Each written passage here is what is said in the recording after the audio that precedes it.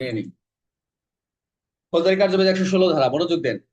ব্যক্তিগত হাজিরা মকুব করার ক্ষমতা। সবাই একটু মনোযোগ দেন।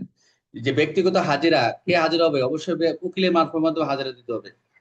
যদি একজন ম্যাজিস্ট্রেট একজন আইনজীবীর মাধ্যমে তাকে হাজির অনুমতি দিতে পারে যে সে হাজির হতে পারে, আইনজীবীর মাধ্যমে যে আমি আমার মক্কেল আসতে পারেন এই কথা। তাহলে আমরা কি দেখবো এখানে? ব্যক্তিগত হাজিরাটা কি?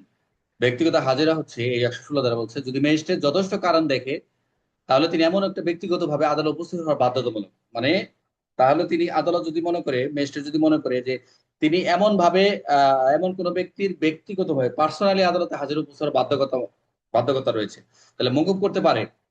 আদালত কিন্তু ব্যক্তিগত হাজিরা মকুব করার ক্ষমতা রয়েছে এই 116 ধারায়, কার? ওই ব্যক্তির।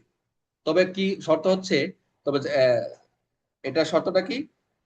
যাকে ডাকা হয়েছে, যার কারণ ডাকা হয়েছে এই মর্মে কারণ দেখাতে হবে যে শান্তি রক্ষার জন্য কিপিং দ্য পিচ, এই বন্ডে মুচলেখা দিতে তাকে বাধ্য করা হবে না। কেন বাধ্য করা হবে না? ম্যাজিস্ট্রেট তাকে আইনজীবীর প্লেডারের মাধ্যমে অনুমতি দিতে পারেন। এটা হচ্ছে এমসিকিউ। যে ব্যক্তিগত হাজিরা মকুব করার ক্ষমতাটা আদালতে রয়েছে, কার মাধ্যমে? এটা হলো আইনজীবীর মাধ্যমে।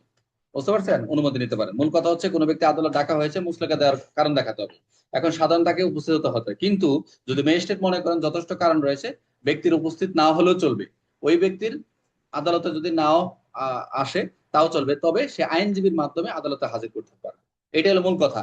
অর্থাৎ ব্যক্তিগতভাবে হাজির হওয়ার জন্য সে যদি না ওই মক্কেল বা ওই যে যার বিরুদ্ধে ইয়ে আনা হয়েছে, আদেশ করা হয়েছে, সেই ব্যক্তি যদি হাজির না হয় তাহলে আদালত কি করবে? ওই উকিলের মাধ্যমে সে আদালতে হাজির হতে পারবে। এটা হলো মূল কথা। অর্থাৎ কারণটা কি?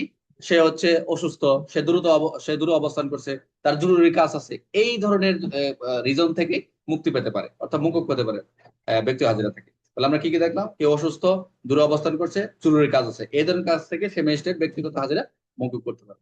আরেকটা লিঙ্ক দিচ্ছি, সবাই একটু অ্যাড। এটা একটা মানবিক সুবিধাজনক আইনগত ব্যবস্থা যে একটা লোক ব্যক্তিগত হাজিরা থেকে মুক্ত করতে পারে কত ধারায়?